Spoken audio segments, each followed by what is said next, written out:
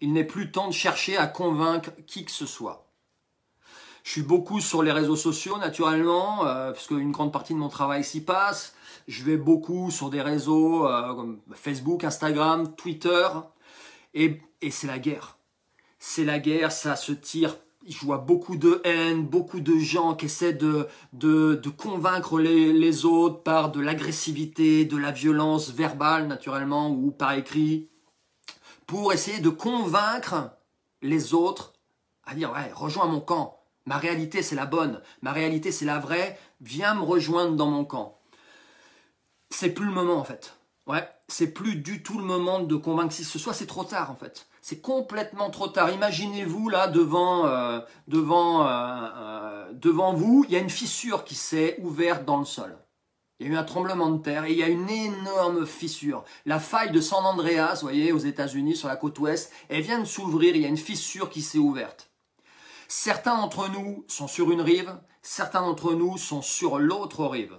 Au tout début de cette crise, il y a 1 an, c'était encore possible de passer d'une rive à l'autre. Ça, c'était pas encore super ouvert. C'était possible de sauter d'un côté à l'autre. C'était possible de discuter avec des gens qui étaient de l'autre côté.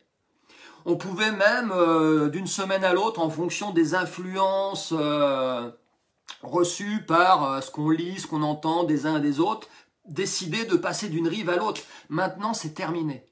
C'est terminé, la fissure, elle est trop large.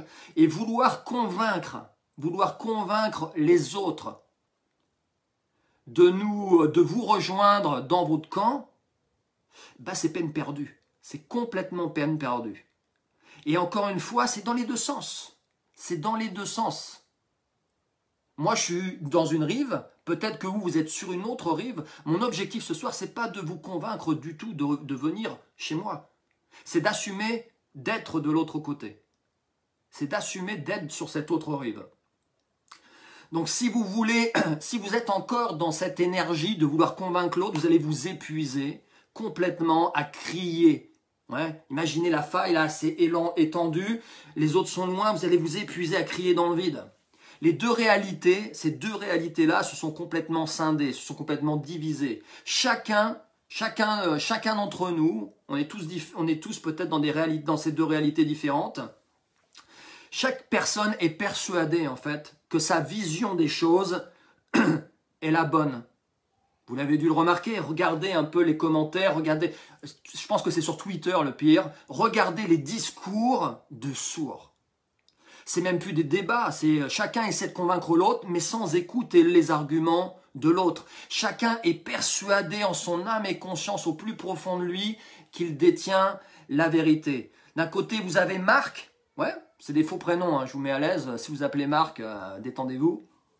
Vous avez Marc. Marc, il est d'un côté de la rive. Lui, Marc, il soutient le gouvernement à fond la caisse. Il est persuadé que ces personnes au-dessus du gouvernement sont les mieux placées pour savoir comment gérer la crise, ce qui est bon pour lui.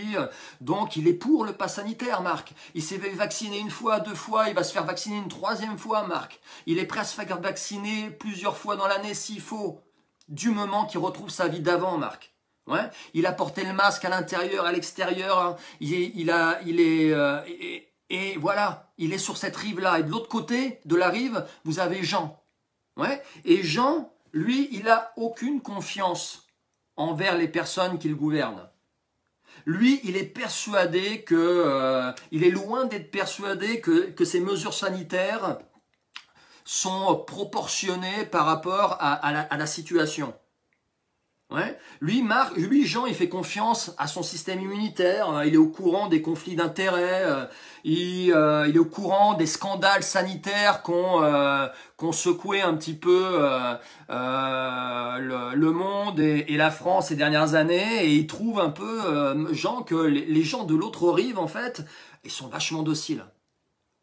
Donc, Marc et Jean ont chacun, c'est ça qu'il faut comprendre pour éviter de vous épuiser, c'est que Marc et Jean ont toutes les preuves en leur possession que leur croyance, leur réalité, leur certitude, leur perception du monde est la bonne. Marc, il peut vous sortir 40 000 articles de presse, études scientifiques, pour vous dire, regarde, non, mais c'est moi qui ai la vérité. Et Jean, il peut vous faire exactement la même chose. D'accord? Donc, troisième message pour ce soir, gardez votre énergie.